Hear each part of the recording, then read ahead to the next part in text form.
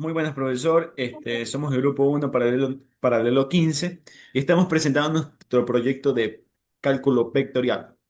Eh, el tema elegido fue el potencial eléctrico y sus aplicaciones en la industria automotriz.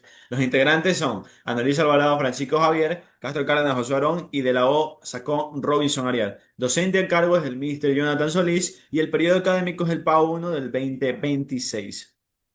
A continuación, nuestro compañero. Bueno, para empezar, vamos a hablar sobre el planteamiento del problema. Quiero hablarles sobre el potencial eléctrico, que básicamente es la energía que tiene la carga eléctrica sin su posición dentro de su campo.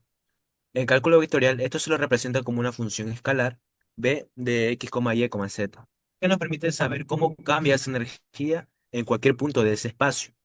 Ahora, ¿por qué nos importa conocer eso? Porque este concepto se aplica directamente a la industria automotriz, específicamente en el proceso de pintura y acabado de las carrocerías. Durante el lijado y el pulido de los paneles del auto se genera fricción, y esa fricción provoca que se acumule energía estática en la superficie, elevando así su potencial eléctrico. ¿Para qué es importante investigar esto? Porque es importante porque hoy en día la manufactura ya no basta solo con resolver problemas, o sea, de prueba y error, sino que para mejorar los procesos de pintura es necesario entender de forma muy analítica el comportamiento de estas fuerzas invisibles, y eso lo logramos precisamente con el cálculo vectorial. Ahora, con continuación, voy a hablarles sobre los antecedentes. Bueno, todo esto empieza con su origen histórico. Todo comenzó con Alessandro Volta, físico italiano nacido en 1745, que desarrolló su primer invento, el electrógrafo eh, perpetuo, generando así electricidad estática al frotar un tambor con la piel. Descubrió que al poner en contacto físico, en un contacto físico con un disco metálico con ese tambor, el disco quedaba muy cargado, y esa diferencia de carga la llamó tensión eléctrica, lo que hoy conocemos como diferencia de potencial. Ese descubrimiento del potencial eléctrico años después encontró una aplicación industrial clave en la pintura electrostática en 1938 por Harold Rambusch y Harry Green en Indianápolis.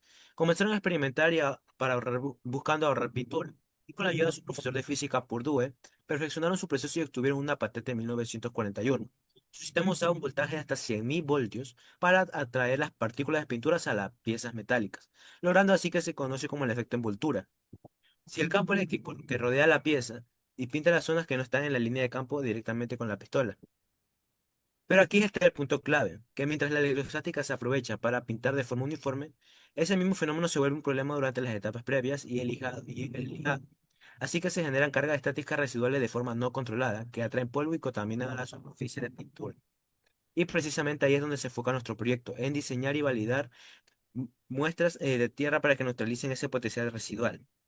Ahora, como siguiente punto, nosotros planteamos nuestro objetivo general en el proyecto, que básicamente es analizar la distribución de potencial eléctrico en superficies de carrocería automotrices, usando funciones de varias variables y el gradiente, con el fin de evaluar y validar analíticamente la implementación de sistemas conductores a tierra, que reduzcan la extracción de partículas contaminantes durante los procesos de pintura a base de solventes. Para lograr esto, hemos planteado los tres objetivos específicos mostrados en las diapositivas. Ahora, como siguiente punto, voy a hablar sobre el marco teórico. En cálculo vectorial, una función de varias variables le asigna un valor real a cada punto x, y z del espacio. El potencial eléctrico se comporta exactamente así, como un campo escalar que depende de la posición y lo expresamos como b igual a b de x, y, z. Para una carga puntual, el potencial a una distancia r de la fuente se calcula como la constante de Coulomb K, multiplicado por la carga sobre la distancia r. Como trabajamos en tres dimensiones, esa distancia r es simplemente la norma del vector posición, que es la raíz de x al cuadrado más y al cuadrado más z al cuadrado. Al reemplazar esto, obtenemos la función potencial en términos de tres variables, que nos permite saber cuánto vale el potencial en cualquier punto del espacio. Y finalmente analizamos el comportamiento de cada microgota de pintura como una superposición de fuerzas. Por un lado, la fuerza eléctrica de Coulomb, que depende de las cargas y distancias al cuadrado, y por otro, la fuerza de la gravedad, que depende netamente de la masa de la gota. Nuestros análisis mostraron que, al conectar la carrocería a tierra, aumenta la densidad de carga inducida en la superficie, lo que hace que la fuerza eléctrica sea mucho mayor que la gravitacional. Esto garantiza que la gota de pintura siga las líneas de campo directamente hacia el chasis, en lugar de caer por la gravedad o dispersarse en el aire libre. Ahora a continuación, mi compañero. Muy bien. Para las metodologías se utilizaron o se dividió en dos partes, siendo el desarrollo y la experimentación. Entonces, en la parte del desarrollo se definió el potencial eléctrico. ¿Cómo? Se modeló una distribución de potencial eléctrico alrededor de una dimensión o un espacio tridimensional, siendo este potencial en coordenadas X y Z, ¿no? Alrededor de una pieza automotriz, siendo este potencial conectado a tierra igual a cero. Para el, para el cálculo del campo eléctrico, se utilizó el operador Nabla, por el cual se obtuvo el gradiente del potencial escalar, siendo el potencial X y Z, ¿ok? A partir de este gradiente, se calculó el vector del campo eléctrico, que se escribe como el campo en X y Z es igual a menos el gradiente del potencial en coordenadas X y Z. Muy bien. Para el balance vectorial de las fuerzas, como ya mi compañero mencionó, para las microgotas o para las partículas de las gotas atomizadas de la pintura, siendo de masa m y una carga inducida, la fuerza neta va a ser la sumatoria de la fuerza eléctrica más la fuerza gravitacional. Ahora, para que esta partícula o estas partículas o microgotas caigan sobre la superficie y no se vean dispersas o no se vean afectadas por la fuerza de gravedad, tiene que la fuerza eléctrica ser mayor que la fuerza gravitacional, lo que va a provocar que todas las partículas caigan en la superficie. Muy bien, para la parte de la visualización tridimensional de la superficie de nivel, más adelante se estará detallando con más ejemplos, pero se utilizaron herramientas de visualización matemática como GeoGebra 3D y PyCharm. Muy bien. Esa es la parte del desarrollo. Ahora, la parte de la experimentación, pues vimos cómo se comporta el potencial eléctrico en dos placas metálicas de iguales dimensiones. Ahora, estas dimensiones son de largo 30 centímetros, de ancho 20 centímetros. Ahora nos faltaba una dimensión. ¿Qué hicimos? Pusimos la placa en un plano inclinado, el cual estaba sujeto sobre un aislante, algo que no provocaba una dispersión o un error, sino que era un aislante. No contribuía a nada al experimento. Entonces, con eso obtuvimos una altura de 13 centímetros.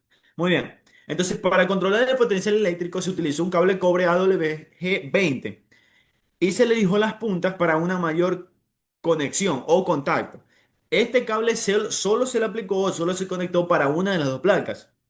Es decir, teníamos una placa conectada a tierra directamente a través del cable cobre y otra que estaba aislada. Ahora, para observar los resultados, se aplicó una lija para cada una, lijando y causando esta fricción y se aplicó una pintura automotriz en las mismas condiciones a ambas placas, dándonos como resultados para la primera placa, siendo la placa aislada, visualmente tal vez no se aprecia lo mejor que se pueda ver, pero tiene una mayor cantidad de partículas sobre su superficie. ¿Y esto es por qué?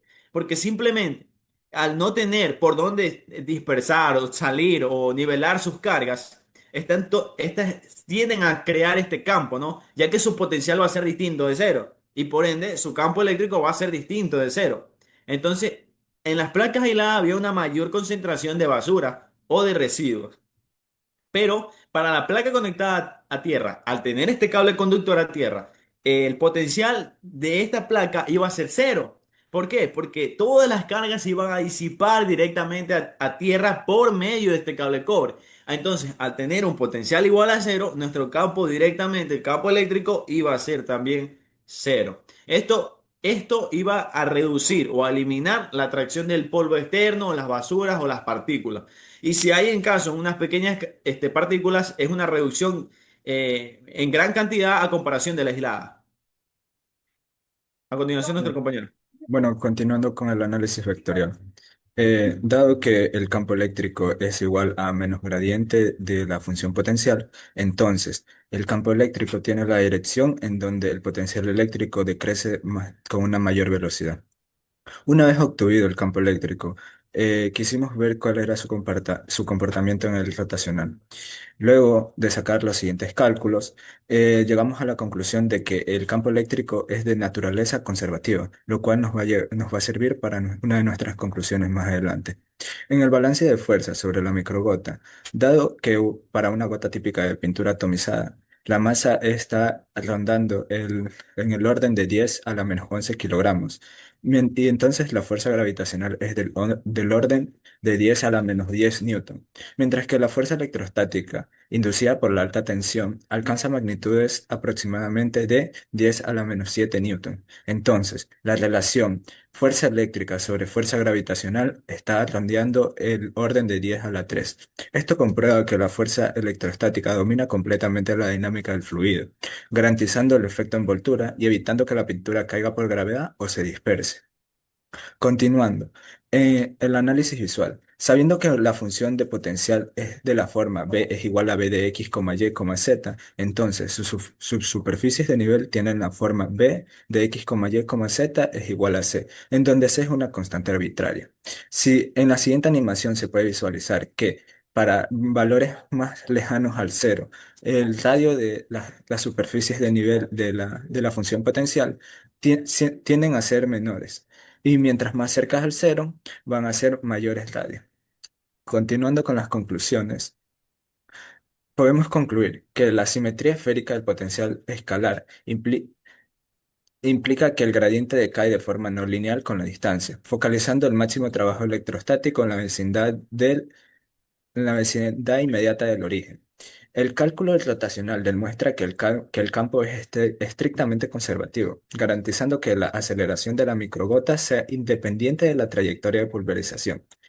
También otra conclusión es que el acoplamiento a tierra es efectivo, debido a que sostiene una relación de fuerzas del orden 10 a la 3, anulando los efectos de la gravedad y la deriva por turbulencia del aire.